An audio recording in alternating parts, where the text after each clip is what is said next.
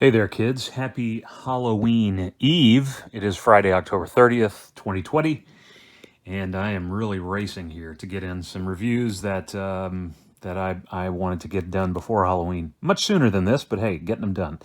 So this is a twofer, and we are looking at the Trick or Treat Studios. Well, a mask I'm going to show you. I'm going to turn it around here in a moment. We're going to do a comparison. But the other thing you can see is the Trick or Treat Studios Halloween 1978 Michael Myers Butcher Knife. So we're going to be taking a look at both. We're going to look at the mask first, and I've got it facing away just for kind of a dramatic reveal. Not really, but it is obviously, you can probably tell, Michael Myers needing a haircut. This is, I've never seen this much hair, extra hair on a mask. But there you have it. So we're going to just turn this fellow around. Some of you may just say, oh, it's Michael Myers. And you're right. But there's more to it than that. So I've gone ahead and taken the, left the tag on there. Let's get a little closer in. This is the Michael Myers Boogeyman mask. This is the name of the mask according to Trick or Treat Studios, sculpted by Justin Mabry. Now, a little bit of history of this so that you maybe have no idea. You may not have a trained eye. I didn't for a while until I really got into this. You may not realize there's a distinction between different styles. And so in the Michael Myers fan community, the first film probably being the most relevant in what we're about to talk about, independent mask makers make the best masks, okay?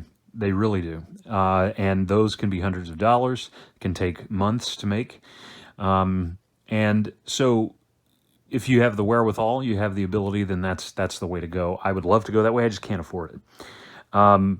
Justin Mabry was an indie mask maker before he started working with, and I co-founded actually, Trick or Treat Studios. So his indie mask designs for the shape for Michael Myers were used for some of their masks. The problem came in when Trick or Treat Studios didn't have the rights to the first film, which they acquired in 2019.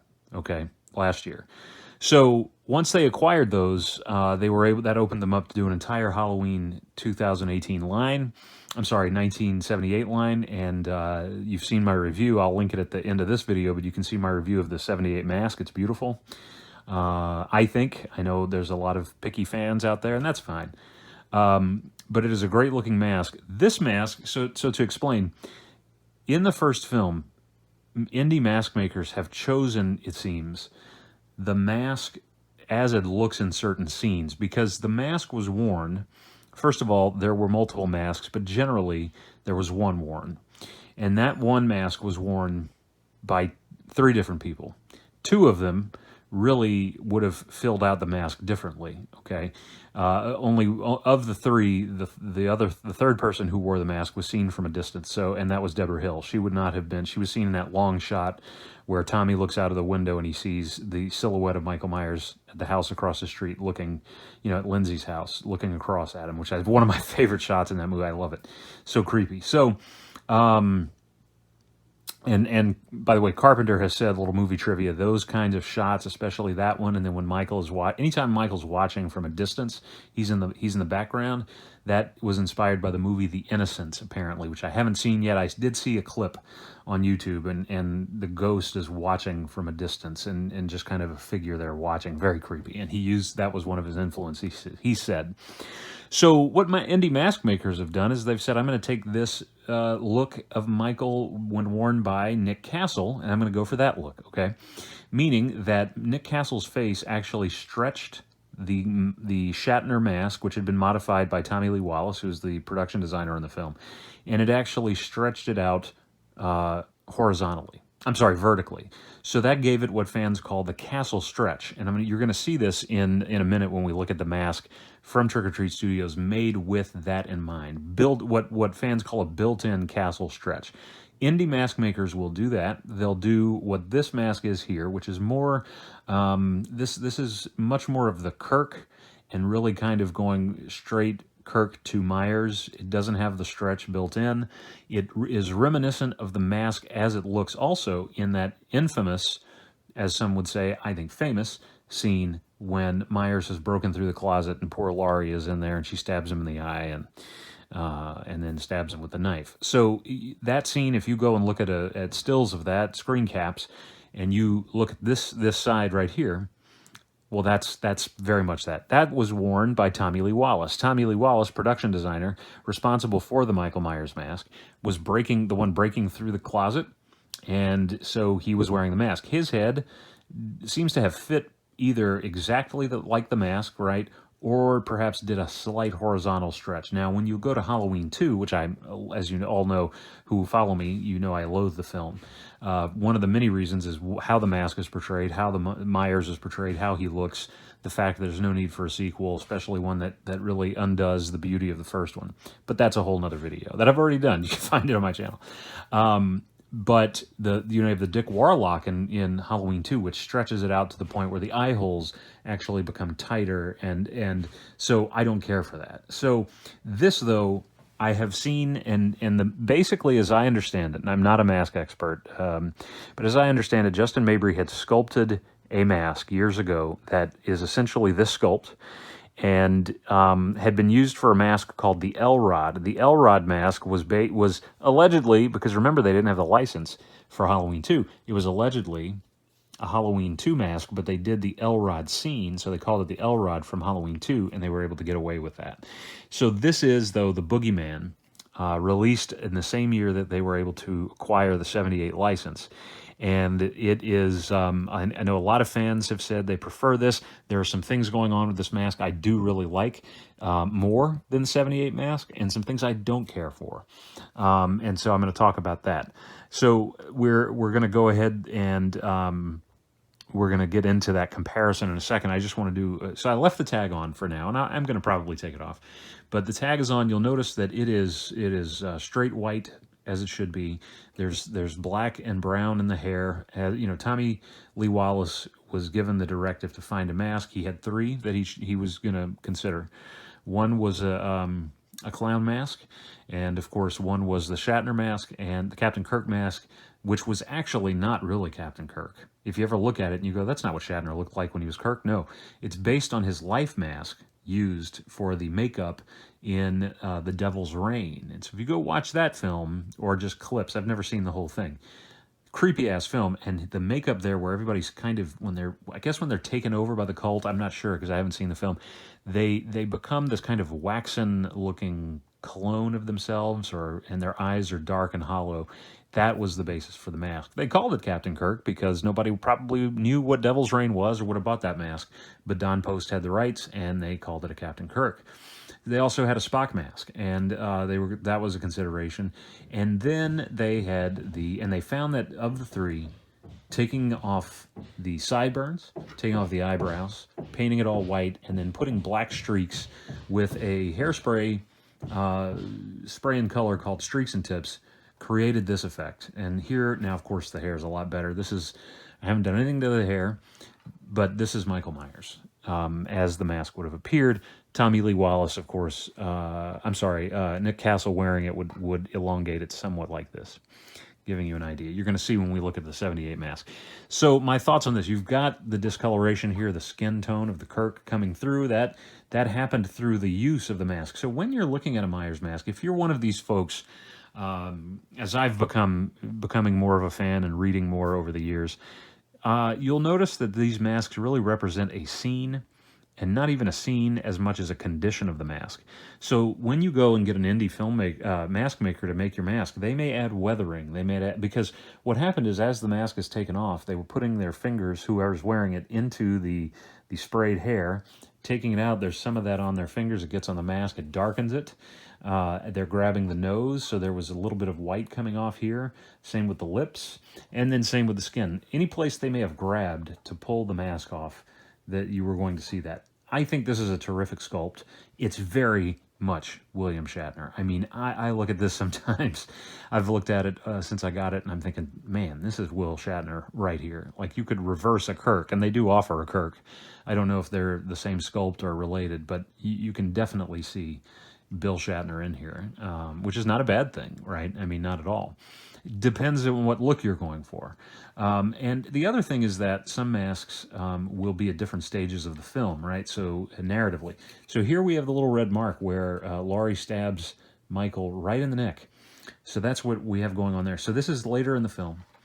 And they made that choice. I'm kind of thinking if this is more of a Kirk-esque look, wouldn't it be earlier? But I think this is really supposed to be the closet scene. I think that's what most they're trying to achieve most here. So let's compare. We're going to just remove my wife's spice rack. She's not happy about that, kids, that I used it. But you gotta suffer for your art. You've got to make other people suffer, apparently, and you take risks. Very risky. So here's the 78 mask. It's not as high because I don't have it up on the same stand as I have that one. This is based on, again, the built-in,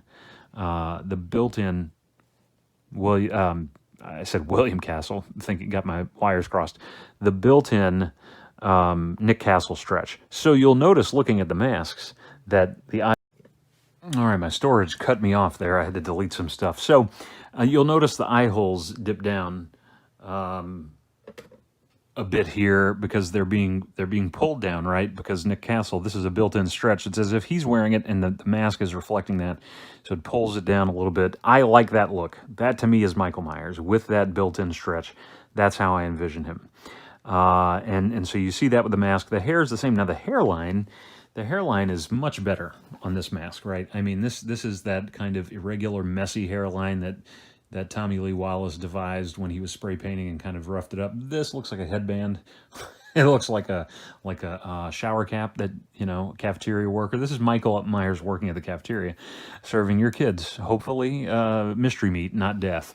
But it does have the glue lines, right? Because they ripped off the sideburns, and so it has that nice touch. This one does not. I don't really care for it not having the glue lines. I kind of look at that and go, what's the deal with that? You got the glue lines here. Looks like, I don't know what this is. To be quite honest there, I like that, I think I like this one more. But it isn't a bad mask by far. It really is great that Trick or Treat Studios offers you this option. Whether you're a discerning fan or not, it may come down to size. This one is a little bigger than this one. This one fits me very comfortably. This one does too, but it's very tight to the face. And so I always like a Myers mask loose enough so that your eyes don't show through. The 2018 mask was ridiculously small, and my eyes were practically bulging through the eye cuts, so the eye holes. So, I didn't care for that. The hair is great. I mean, I think it's really good. It needs to be trimmed on this, but the color is spot on. Many years we were dealing with Trick or Treat's colors and in the hair and not really happy with it, but this is great. Love that the Shatner's there. There's no mouth slit. That does affect breathing a bit. The Kirk would have had a mouth slit. If I remember correctly. So, of the two kids, which do you prefer is really what it's going to come out to. These are the same character, the same film, and the same price. Again, I own both now, and I'm really happy. I don't know that I'll wear this one for Halloween, to be quite honest. It's probably going to be a display piece, maybe next year. Maybe I'll alternate years. But right now, I mean, for sure tomorrow, wearing this one as I did last year, and really happy with this one. So these are your two options here. Among the two options you have for Michael Myers masks over at Trick or Treat Studios. Of course, if you want to get them from other films, they have them. As you know, if you've watched me for any amount of time, hate all the sequels. I don't think any of them justify their existence. The only one I can tolerate is H2O, 20 years later. I think is actually a decent... It's certainly better written, and the masks that they had, which were too many, there's the Stan Winston mask actually looked really close to the Shatner, so I feel like that's a decent sequel. 2018, horrible movie, except for that great mask. The mask was perfect, I thought, and I also love the score, and I love the performance of Jamie Lee Curtis, but everything else terrible. And, again, just this fellow's opinion. So there you go. Those are the masks. These are your options. This, again, the Boogeyman.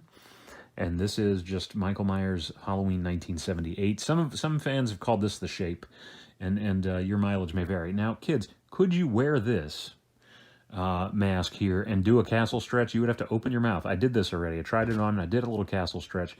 It does give you that elongation. It does give you that look if that's something you're really concerned with. Like most people won't even notice.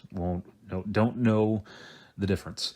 But if you do, what I think you could do, depending on your face shape, you could get just a piece of foam, like any kinds of foam, really that kind of foam that you can get in the Walmart craft aisle that you can use to restuff pillows or what have you, and it's just a chunk of it, and cut it to shape right inside here, and have your chin on there, and you wouldn't have to open your mouth the whole time. If you were going out somewhere and you said, "Man, I'm going to do the castle stretch so people will know," because how many people know? I mean, a very small group. So that probably doesn't really concern you. I will say size. This is, from what I understand, my head is a 24 and a half. I have a 24-inch head, and I think this is 25, and I think this is 24. Yeah, I think that's they never put the sizes on the website, which always bothers me, but I think that's what we're looking at. So this is a little smaller, depending on your head. I have a big head. This one fits me great. It's a little space, and you know the mask was tight on Nick Castle's head, but it wasn't quite, you know, it wasn't super tight. So there you go. These two masks. Real quick, we're going to do something else. I'm going to put Mike here aside. Hopefully he won't kill me for not liking that. Here we have the Trick or Treat Studios Halloween '78. You see the iconic movie poster logo, and beneath here it says Halloween. They call this a collector's display box. Okay, whatever. It's not bad. I mean, I just don't know. I like that it's a full box, and the knife's protected because it does have that shine on it. We're going to talk about that mainly. Love the Halloween logo. And so it came like this, already open at the end, kind of. I'm sure. And here's the back. The night he came home, there he is on the staircase. That iconic shot. Just seeing this, I can't wait to watch the movie tomorrow night. I mean, I watch it every Halloween night, and it's my favorite horror movie. So there you go. That's the case. And then here we go. Now, kids, look at this. You can see me in the camera, the phone. Should the knife be? Let's carefully, let's see what I have to do here to take this out. Hang on, kids. I might have some scissors around here. I don't rightly know if I got any scissors. You know, that some people would say, hey, this would have been nice to have prepared before the video, but it's not how we roll here at the Fan Man Studios. So here you go, kids, freed from its box there, and I tell you, it's a great size. It really is, I think, the right size. This is based, of course, the knife in the first film was a Lamson, as I understand. I don't know more about it than that. The bad thing about this, okay, the one drawback that I had, it's got a nice weight. It's a little kind of flimsy. This will break if you run into something with it. Like, it's going to break probably right at the handle. And so I would be very careful with it. If you're going to use it to go out for trick-or-treating and you keep this sheen on it, it's going to be clear it's a fake knife. You may want that. It's possible that that may be the best option. However, I'm going to be using, as I've heard some people have recommended, to get Scotch-Brite kind of steel wool and just give this a pass and give it that kind of sheen. The production photo that Trick or Treat uses on their site, very misleading, and that we all found out as fans when these started coming out and getting reviewed. Looks nothing like the production photo, which looks like a real knife. Don't know why they do this. I don't know. Maybe it is safety. Maybe it can't look too much like a real knife. But there it is. So I think it's a great knife, though. $19.99 is the price. So really, you could get a pair of coveralls. Those are about 30 bucks. Black t-shirt, and then one of those masks, and this, and probably under 100 bucks, under 70. You could put together a really nice 78 costume, and if you take care of it, it'll last you quite a number of years. This knife, man, it's got a hollow. I like the paint. I should probably show that off more. I do like the paint work on it. That's cool. And I mean, the blade's great. It's a great sculpt. It looks like a knife. It's got this, you know, I'm not sure. I know there's a name for this ridge at the bottom. Guard, I'm sure, so you don't cut yourself. But I don't know anything beyond that. But I think it looks fantastic, except for the sheen. And I'm not too keen on the sheen.